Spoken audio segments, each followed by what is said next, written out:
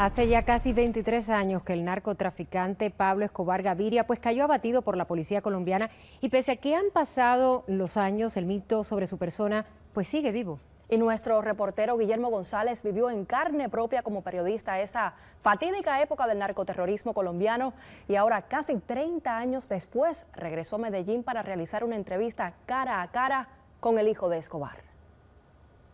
Gracias. Durante décadas, los más íntimos secretos del ex jefe del cartel de Medellín, Pablo Escobar, han permanecido ocultos. Telemundo 51 habló en Medellín, Colombia, con el hijo del ex jefe del cartel de Medellín, quien nos revela sorprendentes detalles, sobre todo de los últimos días de vida del capo.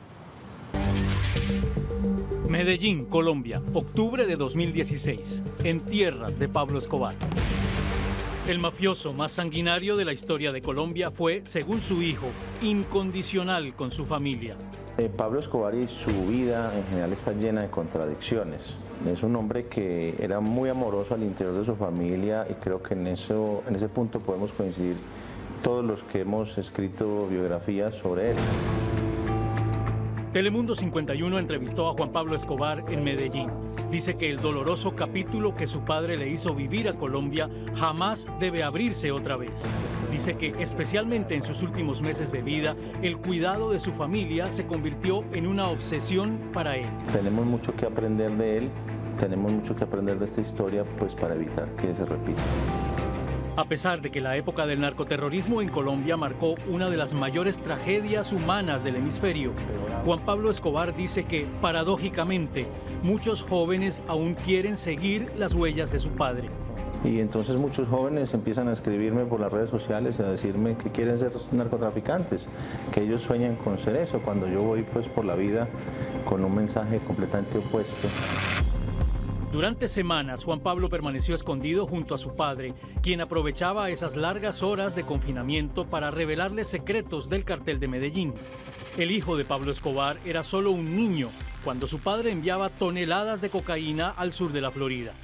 Muchas de ellas pasaban por Cuba. Sí, no hay ninguna duda de que por la isla pasó cocaína de Pablo Escobar, por supuesto, y ese caso ya se ventiló públicamente hace muchísimos años y creo que terminaron fusilando a Ochoa, si mal no recuerdo. Dice que el paso de cocaína por Cuba se hacía sobornando a militares, pero no necesariamente con autorización del régimen de los Castro. Si tú sabías que pagándole al comandante del aeropuerto podías traficar, pues ¿para qué te ibas a ir a molestar a hablarle a Fidel si ya tenías esa parte resuelta? En la segunda entrega de esta entrevista, Juan Pablo Escobar habla de los carteles de la droga dentro de los Estados Unidos, del narcotráfico como organización criminal, según él, cada día más vigente, y de la legalización de las drogas. Desde Medellín, Colombia, Guillermo González, Telemundo 51. Guillermo, gracias por esa entrevista y tenemos que aclarar que Juan Pablo Escobar no vive en Colombia. Desde que murió su padre, él reside en Argentina, pero la entrevista se llevó a cabo en Medellín. Bueno, y también vale decir que Juan Pablo no puso ninguna condición, llegó puntual a la cita, dispuesto a hablar de todo. Y a las 6 de la tarde, Guillermo González tiene más declaraciones del hijo del capo de capos.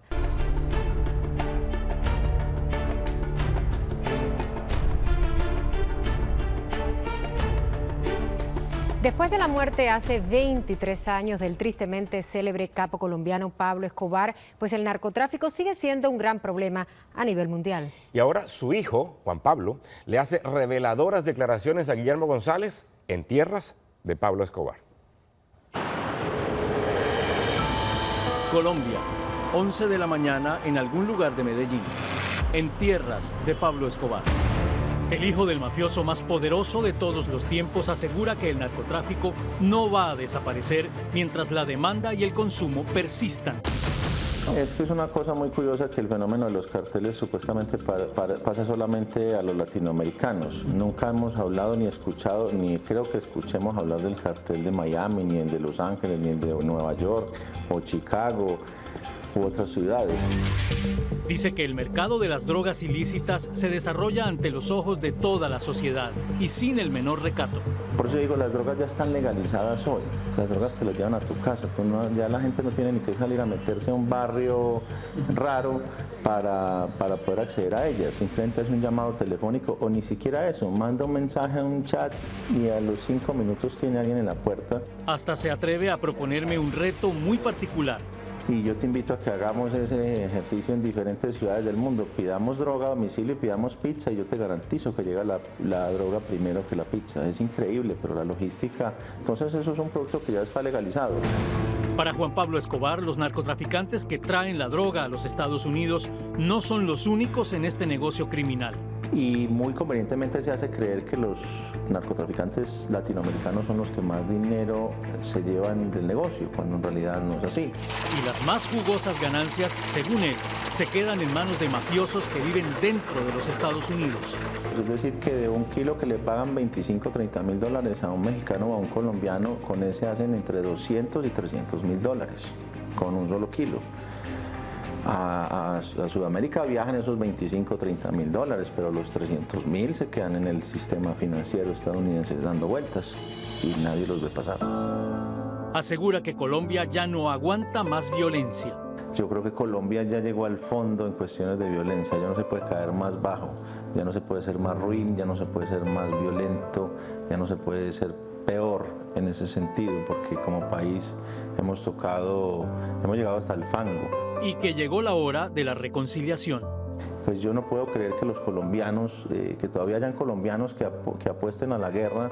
¿Es que acaso se nos olvidó lo que hemos vivido durante los últimos 50 años? Que no hemos visto sino cómo nos matamos los unos a los otros. Juan Pablo Escobar sostiene que el narcotráfico no se acabará nunca mediante el uso de la fuerza. No hemos aprendido que es a través de la educación y del amor que se maneja el tema de las drogas, no es con ametralladoras, no es el juego el que tenga la ametralladora más grande. Ese es el juego que propone el prohibicionismo y el que nos tiene como nos tiene. El hijo de Pablo Escobar dice que Colombia no debería repetir nunca más la historia de su padre y dice que, en su opinión, a este país le ha llegado la hora de la reconciliación y de mirar hacia el futuro y nunca más hacia el pasado. En Medellín, Colombia, Guillermo González, Telemundo 51.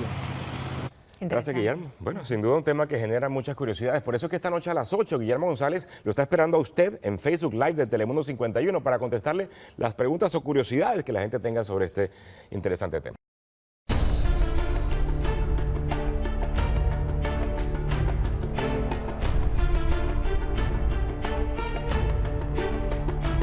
El jefe del cartel de Medellín, Pablo Escobar, es conocido mundialmente por sus crímenes, pero ¿cómo era en su vida íntima y familiar? Bueno, una de las mujeres más importantes de su vida fue Luz María, su hermana menor, y desde el cementerio donde está enterrado Escobar, Guillermo González, pues nos trae la entrevista. Gracias. A pesar de que Pablo Escobar ha sido considerado como el mafioso más sanguinario de la historia de Colombia, tenía siempre, según su familia, una relación afectiva ejemplar con todos los miembros de su familia. Hoy hablamos en exclusiva con su hermana Luz María, la misma que conoció gran parte de sus secretos, que hoy nos revela. Antioquia, 8 de la noche, en tierras de Pablo Escobar. Esta soy yo. Luz María es la hermana menor de Pablo Escobar. Vivió durante años en carne propia los horrores que el jefe del cartel de Medellín le ocasionó a Colombia. Dice que su hermano siempre tuvo en mente a su familia, hasta en los más pequeños detalles. Una noche cualquiera, yo vi que él llegó con una licuadora muy bonita a mi casa. Y yo dije, ve, ¿y usted dónde consiguió plata y dónde compró eso tan bonito? Y él me dijo, no, un amigo que viajó a otro país y me la trajo de regalo y yo la traje para acá, para la casa. Paradójicamente, Luz María dice que el asesinato del ministro de Justicia de Colombia fue uno de los episodios más duros para la familia del capo. Y es que fue Pablo Escobar quien ordenó el asesinato del ministro Lara. Yo no sé quién estaba más triste, no sé quién lloraba más, no sé quién tenía más dolor, si la familia del ministro Lara Bonilla o mi familia. Esa noche, Pablo Escobar también pensó en proteger a su familia. Pablo me llama a mí y me dice, te doy 10 minutos para que recojas a tus 3 hijos y te pierdas. Y yo, ¿cómo así, Pablo? Pues, ¿por qué me estás diciendo eso? Es que no estás oyendo las noticias. Yo no había escuchado noticias. Ya habían dicho que el ministro había muerto. Al igual que toda Colombia, de ahí en adelante la familia Escobar Gaviria tampoco tuvo un minuto de tranquilidad. La guerra del narcoterrorismo apenas empezaba en ese país. Se nos arrimaba una moto y pensábamos que ya nos iban a dar. Un policía era mortal, que se nos arrimara. No, fue muy horrible. Eso fue una persecución y una cosa. 22 años después de que su hermano fue muerto a manos de la policía y el ejército de Colombia, Mi mamá. Luz María confiesa que su madre, Hermilda, le suplicó muchas veces al jefe mafioso que terminara la guerra que libraba. Mi mamá sufrió mucho, todos sufrimos mucho, pero para ella fue muy duro todo esto. Ella se llenaba de valor cuando lo veía y ella sí le decía, Pablo, si hay necesidad de todo eso. En la segunda parte de esta entrevista exclusiva, Luz María revela cuáles eran las verdaderas intenciones de Pablo Escobar y dice que la historia de su hermano jamás debe repetirse. Desde Medellín, Colombia, Guillermo González, Telemundo 51. Qué interesante Qué maravilla. entrevista. Bueno, cuando Telemundo 51 se puso en contacto con la hermana de Pablo Escobar a través de Medellín City Services, ella aceptó hablar sin poner ninguna condición. Y esto no es todo, ¿eh? A las 6 de la tarde, Guillermo González tiene más de esta entrevista, que por cierto puede volverla a ver en telemundo51.com.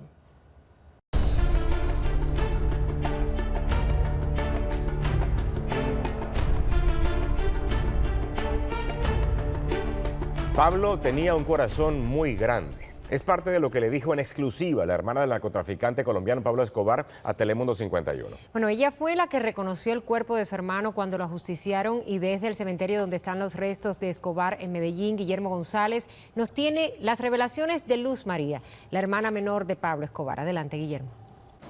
Gracias. A pesar de que Pablo Escobar, el ex jefe del cartel de Medellín, fue considerado como el narcotraficante más sanguinario de la historia de Colombia, sostuvo siempre una relación muy cercana, muy afectiva con su familia. Este es solo uno de los detalles, de los secretos que nos revela hoy en este reportaje exclusivo su hermana menor, Luz María, la misma que conoció muchos de sus secretos que hoy revelamos. Colombia, de noche en algún sitio de Antioquia, en tierras de Pablo Escobar. Pablo Escobar fue siempre un hombre de grandes contrastes. Mientras por un lado dirigía la organización mafiosa más temible de todos los tiempos, su hermana menor lo recuerda como un hombre pacífico dentro de la intimidad de su familia. El hombre más violento, catalogado como el hombre más violento del mundo, catalogado como lo han catalogado, nunca peleó en la casa. Nunca tuvo una pelea como hermano, que es tan normal.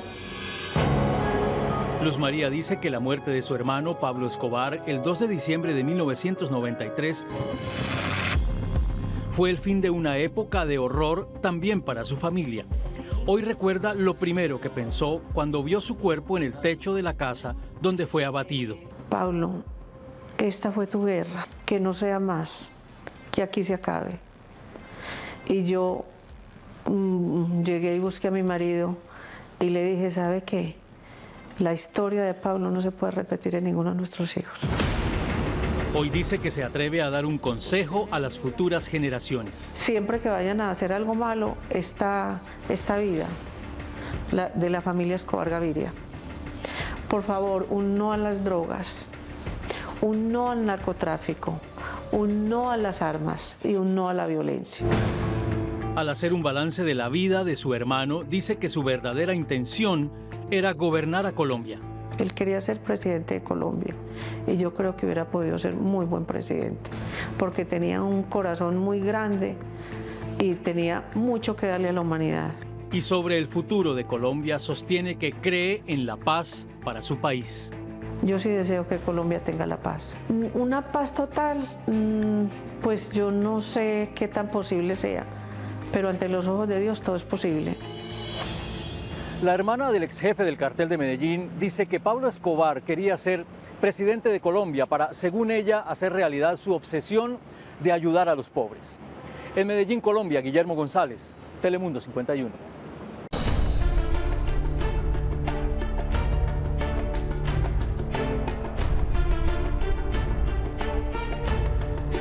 Corría el año 1978 cuando Pablo Escobar compró los terrenos de su hacienda Nápoles, cuyo nombre es un homenaje a Al Capone, lugar de origen del famoso gángster italiano. ¿En qué se convirtió esa lujosa propiedad? Guillermo González sigue en tierras de Pablo Escobar para mostrarnos. Durante muchos años, la hacienda Nápoles en Puerto Triunfo, Colombia, fue no solamente el principal centro social de Pablo Escobar, el jefe del cartel de Medellín, sino el centro de operaciones criminales de esa organización del narcotráfico. Hoy revelamos para ustedes todos sus secretos. Puerto Triunfo, departamento de Antioquia. 94 grados Fahrenheit. En tierras de Pablo Escobar.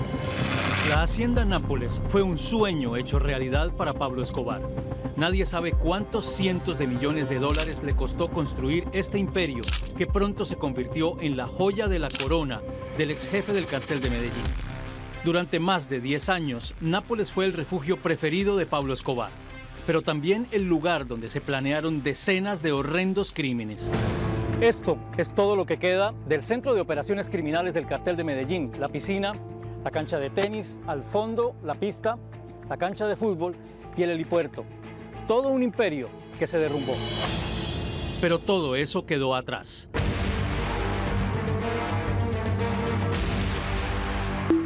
Hoy la hacienda Nápoles tiene una nueva cara. Es como si ella misma se negara a volver al pasado. Es completamente cierto. Nosotros queremos, como colombianos, como personas de esta región, borrar o por lo menos dejar en el pasado todas esas acciones malas que se cometieron por estos delincuentes, mostrar un nuevo país. Algunos recuerdos sobreviven, como la codiciada colección de autos de Escobar, de la cual solo quedan ruinas. Un tiempo para acá ha tenido como una evolución de que siempre pues vamos por la paz, de que queremos cosas lindas. Me parece muy interesante porque cambia el concepto no solo de Colombia como país, sino en el contexto de acá, de la zona. Estos senderos que hace 30 años conducían a escondites y depósitos de armas del cartel de Medellín, hoy sirven de camino hacia un nuevo futuro. Hoy hacen parte de un moderno parque zoológico que recibe a más de 400.000 turistas cada año. Decenas de hipopótamos como estos son quizás el último recuerdo del pasado. Ahorita muy chévere que esté pasando esto acá, que todo el mundo pues venga aquí a conocer. Hoy, cada rincón de Nápoles lucha por borrar el doloroso pasado que la invadió. Una lucha que comparten millones de colombianos. La hacienda Nápoles seguirá siendo quizás el emblema más importante del derruido imperio de Pablo Escobar, pero hoy lucha por borrar ese oscuro pasado, ese doloroso capítulo de la historia de este país. Desde Puerto Triunfo, en Colombia, soy Guillermo González, Telemundo 51. El ex jefe del cartel de Medellín, Pablo Escobar, se entregó a la justicia en 1991, recordemos, a cambio de no ser extraditado hacia los Estados Unidos. Y fue así como se internó en la cárcel la catedral que él mismo diseñó. Guillermo González estuvo allí y ahora nos cuenta. Telemundo 51 penetra por primera vez en el verdadero búnker del narcotraficante más sanguinario de toda la historia de Colombia. Pablo Escobar se escondió durante meses en la entraña misma de esta montaña, una montaña que alberga enormes secretos que hoy revelamos para ustedes. Montañas de Envigado, Colombia, 2 de la tarde, en tierras de Pablo Escobar. Las puertas de la cárcel de Pablo Escobar se abren para revelar sus secretos. Aquí el mafioso más poderoso de la historia vivió sus últimos meses antes de escapar. La catedral, como se le conoce aún, fue el escenario de los más horrendos crímenes, como lo cuenta este trabajador. Muerte, torturas, todo tipo de violencia existió acá. Sus actuales moradores aseguran que en estas ruinas aún se perciben ecos de los horrores que se vivieron aquí. Gritos de tortura, espanto, se dice que espantaban, pero de gente que realmente lo vivió, brujas, todo tipo de maldad, en espíritus, en todo. Pareciera como si la catedral se negara a olvidar a sus muertos.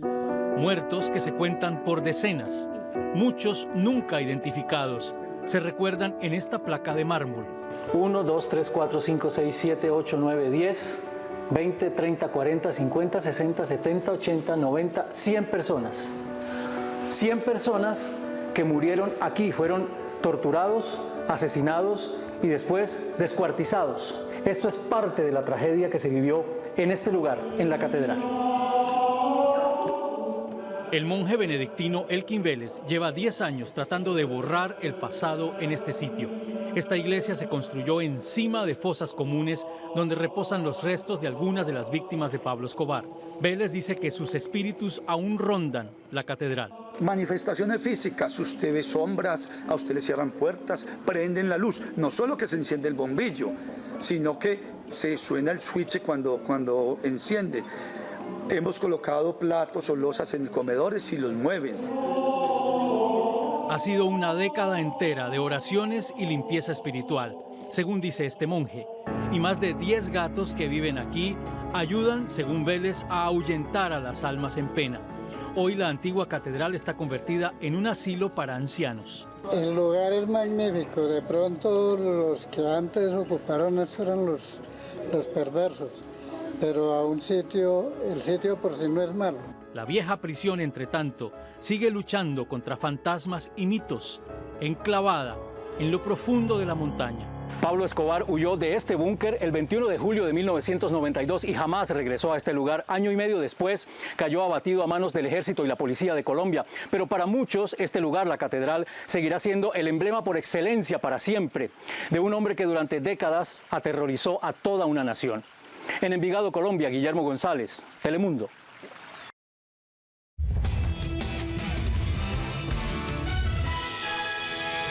En los años 80, Pablo Escobar regaló casas a familias pobres que dormían en un basurero. Y cuando el capo de capos fue más perseguido, las calles de ese barrio fueron su mejor escondite. Pocas veces las cámaras de televisión han ingresado al barrio de Pablo Escobar, pero Guillermo González lo logró y está allí para contarnos.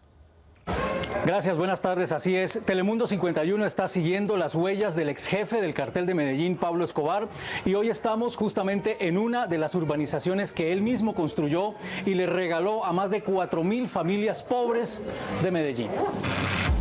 Medellín sin tugurios, 3 de la tarde, en tierras de Pablo Escobar.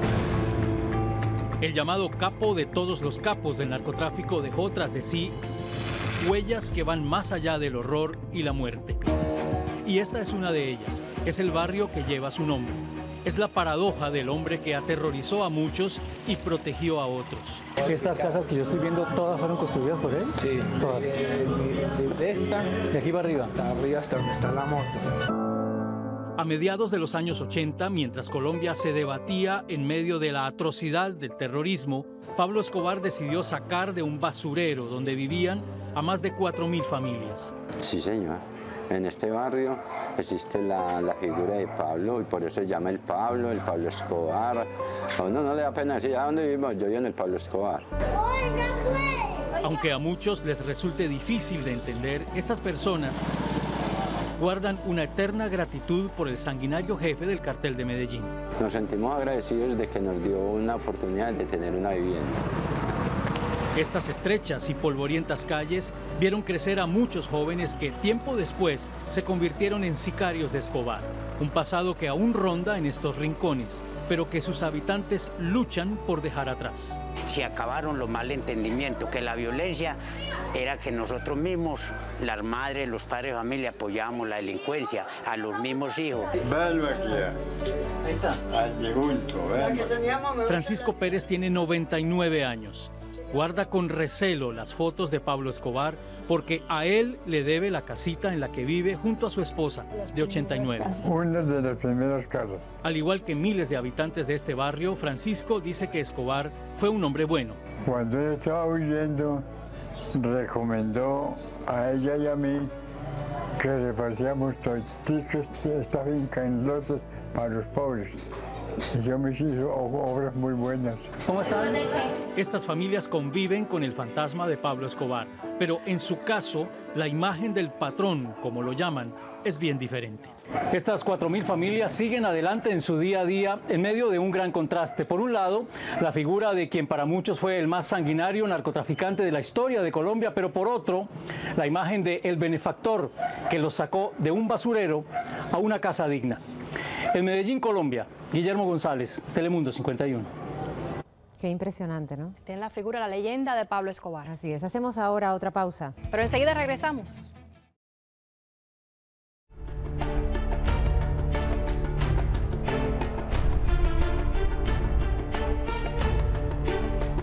En Colombia les llaman comunas a los barrios pobres que están en las laderas de las montañas. Bueno, la Comuna 13 en Medellín fue considerada entre los 80 y 90 una tierra de odio, violencia y asesinatos cometidos por sicarios de Pablo Escobar. Pero hoy en día en esa comuna dicen que se respira un aire diferente. Nuestro reportero Guillermo González está allí para contarnos. Gracias, buenas tardes. Durante años, estos barrios, las comunas de Medellín, los sitios más deprimidos y más pobres de la ciudad, sufrieron los horrores de la guerra. De aquí salieron muchos de los miembros, de los integrantes del temido cartel de Medellín, pero hoy su mentalidad es completamente diferente. En el siguiente reportaje les mostramos la nueva Medellín. Octubre de 2016, Comuna 13, en tierras de Pablo Escobar. De la mano de la pobreza y la miseria, muchos jóvenes optaron por la violencia como una manera de enfrentar la vida. Cristina la vivió en carne propia. Para nosotros ha sido, en ese momento nos sentimos en la gloria, lo puedo decir así porque nosotros nos ha tocado vivir la guerra como a flor de piel, digámoslo así. Pero hoy las comunas le apuestan a la vida. Y estas escaleras eléctricas construidas por la alcaldía de Medellín son un símbolo de esta nueva etapa. Cuando trataron de sumirnos los narcotraficantes para que nos sintiéramos derrotados, para que nos sintiéramos sometidos a ellos, la sociedad se rebeló y les mostró que éramos capaces de grandes cosas. Y para lograrlo, Medellín se puso al nivel de las grandes ciudades del mundo en materia de seguridad. Este moderno centro de control es un reflejo de ese propósito. Donde pasamos en 1991, en la época más dura del cartel de Medellín, de una tasa de 380 homicidios por cada 100.000 habitantes, a tener en 2015 la más baja en los últimos 25 años, que fue de 20 por cada 100.000 habitantes. Pocas cosas hacen vibrar tanto a los paisas como su Atlético Nacional. Quizás la mejor prueba de que el pasado quedó atrás. Aquí hemos aprendido de lo que se dio en el pasado, fue una época muy difícil para nosotros, pero hemos sabido superar eso. Y quizás por eso, el Nacional simboliza la felicidad que sienten las nuevas generaciones por el futuro de su ciudad. Una felicidad, no sé cómo explicarlo. Así, Medellín lucha por sobrevivir su duro pasado, mirando con esperanza hacia el futuro. Los paisas, como se les conoce popularmente aquí en Colombia, saben que todavía tienen mucho trabajo por delante para quitarse de encima este horrible estigma que por años acompañó a esta ciudad. Pero todos dicen estar absolutamente decididos a cambiarle la cara a su ciudad. De esta forma terminamos esta serie de reportajes especiales desde Medellín, Colombia. Soy Guillermo González, Telemundo 51. Gracias, Guillermo, qué interesante.